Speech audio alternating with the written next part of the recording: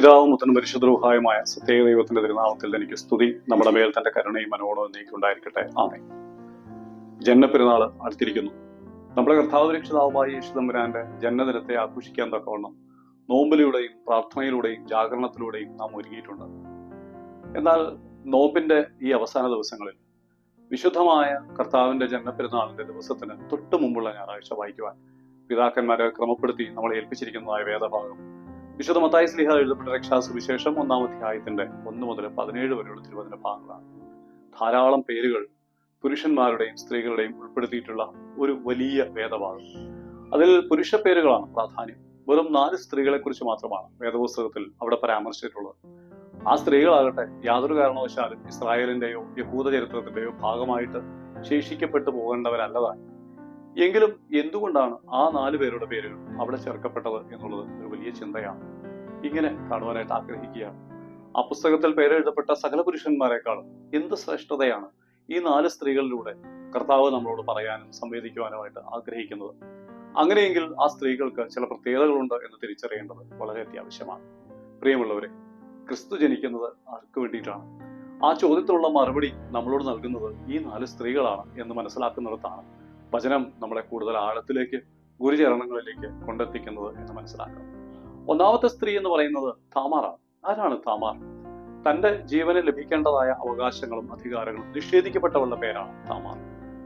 താൻ യഹൂദ പാരമ്പര്യത്തിൽ യഹൂദയുടെ ജീവിതത്തിന്റെ ശേഷിപ്പുകളായിട്ട് അവശേഷിക്കണമെന്ന് കരുതുകയും അതിനായിട്ട് ക്രമപ്പെടുകയും ചെയ്യുമ്പോൾ ആ അവകാശങ്ങൾ നിഷേധിക്കപ്പെട്ടവളുടെ പേരാണ് താമാർ. നിഷേധിക്കപ്പെട്ട അവകാശങ്ങൾക്കും അധികാരങ്ങൾക്കും വേണ്ടി ഒരു വേശ്യയുടെ പേര് പോലും നേടിയെടുക്കപ്പെടുന്ന വിധത്തിൽ തന്റെ ജീവിതത്തെ സ്വയം തകർക്കുവാൻ തക്കവണ്ണം ഒരുങ്ങിയവളുടെ പേര് കൂടിയാണ് താമാർ.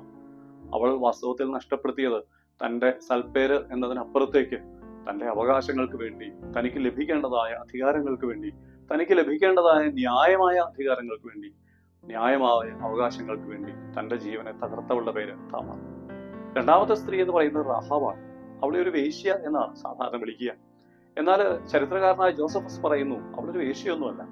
അവള് ആ ദേശത്തെ ഏറ്റവും ശ്രേഷ്ഠയായ ഒരു സ്ത്രീ തന്നെയാണ്. ഒരു സത്രം സൂക്ഷിപ്പുകാരി എന്ന നിലയിൽ ആ സത്രം സൂക്ഷിച്ചവൾ എന്ന അപരാധം മാത്രമേ അവൾ ചെയ്തിട്ടുള്ളൂ. അത് അവളുടെ ജോലിയുടെ ഭാഗമാണ്. പക്ഷെ അവൾ എന്തിനു വേണ്ടിയിട്ടാണ് ആ പേര് സ്വീകരിച്ചത് എന്നറിയാമോ? തനിക്ക് പരിചിതമില്ലാത്ത ദേശത്ത് നിന്നോ പരദേശികൾക്ക് വേണ്ടി, അവരുടെ ദൈവത്തിന് വേണ്ടി, ആ ദൈവം സത്യദൈവമാണ് എന്നറിഞ്ഞപ്പോൾ തന്റെ ജീവിതത്തെ എത്രത്തോളം റിസ്കിലേക്ക് എടുത്തിട്ടവളുടെ പേരാണ് റാഹാബ് എന്ന് അവളുടെ ചരിത്രം നമ്മളെ ഓർമ്മപ്പെടുത്തുന്നുണ്ട്. ഉറ്റുനോക്കാൻ വന്നവരെ ഒളിച്ചിരുത്തിയവൾ എന്ന കുറ്റം ആ ഒളിച്ചിരുത്തിയത് അവളാണെന്ന് തിരിച്ചറിഞ്ഞാൽ ഒരുപക്ഷെ അവളുടെ തല പോലും പോകുവാൻ തക്കമുള്ള സാധ്യതകളുണ്ട്. എങ്കിലും പരദേശികൾക്ക് വേണ്ടി, താൻ അറിയാത്ത മനുഷ്യർക്ക് വേണ്ടി, തനിക്ക് പരിചയമില്ലാത്ത മനുഷ്യർക്ക് വേണ്ടി, പക്ഷെ അവരുടെ ദൈവം സത്യദൈവമാണെന്ന് തിരിച്ചറിഞ്ഞപ്പോൾ ആ സത്യദൈവത്തിന് വേണ്ടി തന്റെ ജീവനെ തന്നെ ബലിയായിട്ട് നൽകുവാൻ ഒരുങ്ങപ്പെട്ടവളുടെ പേരാണ് റാഹാബ്. മൂന്നാമത്തെ സ്ത്രീ നമുക്ക് വളരെ പരിചിതയായിരിക്കുന്ന റൂത്താണ്. ആരാണ് റൂത്ത്? ഒരു മോവാബി സ്ത്രീ. ഒരിക്കലും രക്ഷയില്ല എന്ന് യഹൂദർ വിശ്വസിച്ചിരുന്ന ഒരു സ്ത്രീ. ആ സ്ത്രീയാണ് താനുമായി യാതൊരു വിധത്തിലുള്ള രക്തബന്ധവും ഇല്ലാത്ത മറ്റൊരു സ്ത്രീക്ക് വേണ്ടി തന്റെ ജീവിതത്തെ ഹോമിക്കുവാൻ തയ്യാറാകുന്നത്. താൻ കാണാത്ത, താൻ അറിയാത്ത, തനിക്ക് പരിചിതമല്ലാത്ത ഒരു ദേശത്തിലേക്കും ഒരു ദൈവത്തിന്റെ അടുക്കിലേക്കും തന്റെ അമ്മായിയമ്മയ്ക്ക് വേണ്ടി തന്റെ ജീവിതത്തെ സമർപ്പിച്ചവളുടെ പേരാണ് റൂത്ത് എന്നുള്ളത്. മൂന്നാമത്തെ സ്ത്രീ ബേർശബയാണ്. വാക്കുകൾ കൊണ്ട് അവളുടെ സഹനങ്ങളെ വർണ്ണിക്കുവാനായിട്ട് സാധിക്കുകയില്ല. അധികാരത്തിന്റെയും ശക്തിയുടെയും മുമ്പിൽ തന്നെ സമർപ്പിച്ച് തന്റെ ശരീരം പിച്ചി ചിന്തപ്പെട്ടവളുടെ പേര് ബേർശബ. തന്റെ ഭർത്താവിനെ നഷ്ടപ്പെടുത്തിയവളുടെ പേര് ബേർശബ. എന്നിട്ടും രാജാധികാരത്തിന് മുമ്പിൽ ദൈവത്തിന്റെ പ്രതിനിധിയായിരിക്കുന്ന രാജാവ് എന്നുള്ള ബോധ്യത്തിൽ തന്നെ സമർപ്പിക്കാൻ ഒരുക്കപ്പെട്ടവളുടെ പേരാണ് ബേർശബ എന്ന് കൂടി ചിന്തിക്കേണ്ടതാണ്. ഈ 4 സ്ത്രീകളും ചില പൊതുവായ അടയാളങ്ങൾ നമുക്ക് കാണിച്ചു തരുന്നുണ്ട്. അവരവരുടെ ജീവിതങ്ങളെ ഹോമിച്ചത്, അവരവരുടെ ജീവിതങ്ങളെ പങ്കുവെച്ചത്, അവരവരുടെ ജീവിതങ്ങളെ തകർത്തെറിഞ്ഞത് മറ്റുള്ളവർക്ക് വേണ്ടിയിട്ടാണ് എന്നുള്ളതാണ് ഏറ്റവും വലിയ പ്രത്യേകത. ഒന്ന്, നിഷേധിക്കപ്പെട്ട അവകാശങ്ങൾ, തന്റെ കുഞ്ഞുങ്ങൾക്ക് ലഭിക്കേണ്ടതായ അവകാശങ്ങൾക്ക് വേണ്ടി പോരാടിയ ഒരു സ്ത്രീയുടെ പേരായിരുന്നു താമാർ എന്നുള്ളത്. 2, തനിക്ക് പരിചിതമല്ലാത്ത ഒരു ദേശത്തിൽ ആളുകൾക്ക് വേണ്ടി, തനിക്ക് പരിചിതമല്ലാത്ത ഒരു ദൈവത്തിന് വേണ്ടി തന്റെ ജീവിതത്തെ തന്നെ ഹോമിക്കുവാൻ തക്കവണ്ണം ഒരുങ്ങപ്പെട്ടവളുടെ പേരായിരുന്നു റാഹാബ് എന്നുള്ളത്. മറ്റൊന്ന്, തന്നെ വിശ്വസിച്ച് തന്റെ കൂടെ ആയിരിക്കുന്നവർക്ക് വേണ്ടി തന്റെ ജീവിതത്തെ സമർപ്പിച്ചവളുടെ പേരാണ് റൂത്ത് എന്നുള്ളത്. അവസാനമായിട്ട് രാജാധികാരത്തിന് മുമ്പിൽ പിച്ചി ചിന്തപ്പെടുന്ന, അധികാരങ്ങൾക്ക് മുമ്പിൽ ചവിട്ടി മെതിക്കപ്പെടുന്ന എല്ലാ സ്ത്രീത്വത്തിന്റെയും പ്രതീകമായിട്ട് ബേർശബ നമ്മുടെ മുമ്പിൽ ഉയർന്നു നിൽക്കുന്നു. എന്താണ് വചനം നമ്മളോട് ഇന്ന് സംസാരിക്കാൻ ആഗ്രഹിക്കുന്നത്? ക്രിസ്തു ജനിക്കുന്നത് ആർക്ക് വേണ്ടിയാണ് എന്നാണ് ചോദ്യം. തന്റെ മക്കൾക്ക് വേണ്ടി, തന്റെ നല്ലതായ അവകാശങ്ങൾക്ക് വേണ്ടി ജീവിതത്തെ ഹോമിക്കുവാൻ തയ്യാറായവർക്ക് വേണ്ടി ക്രിസ്തു ജനിക്കുന്നു എന്നാണ് ഒന്നാമത്തെ ചിന്ത.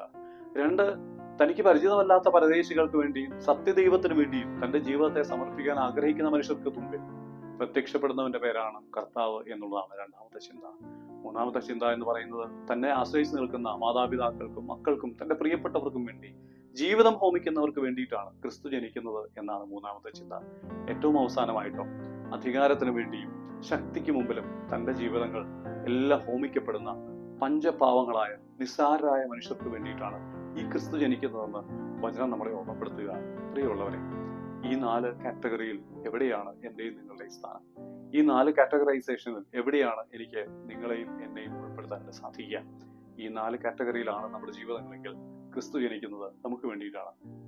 അല്ലെങ്കിൽ ക്രിസ്തുമസ് ഒരാഘോഷവും ഒരാചാരവും മാത്രമായി അവശേഷിക്കും എന്നുള്ള വാക്കുകൾ ഓർമ്മിപ്പിച്ചുകൊണ്ട് വാക്കുകൾ അവസാനിപ്പിക്കുന്നു. എല്ലാവർക്കും ഹൃദയം നിറഞ്ഞ ഒരു ക്രിസ്തുമസിന്റെ ആശംസകൾ വളരെ സ്നേഹത്തോടെ നേരുകയും ചെയ്യുന്നു. ദൈവ തിരുനാമം മാത്രം മഹത്വപ്പെടുമാറാകട്ടെ.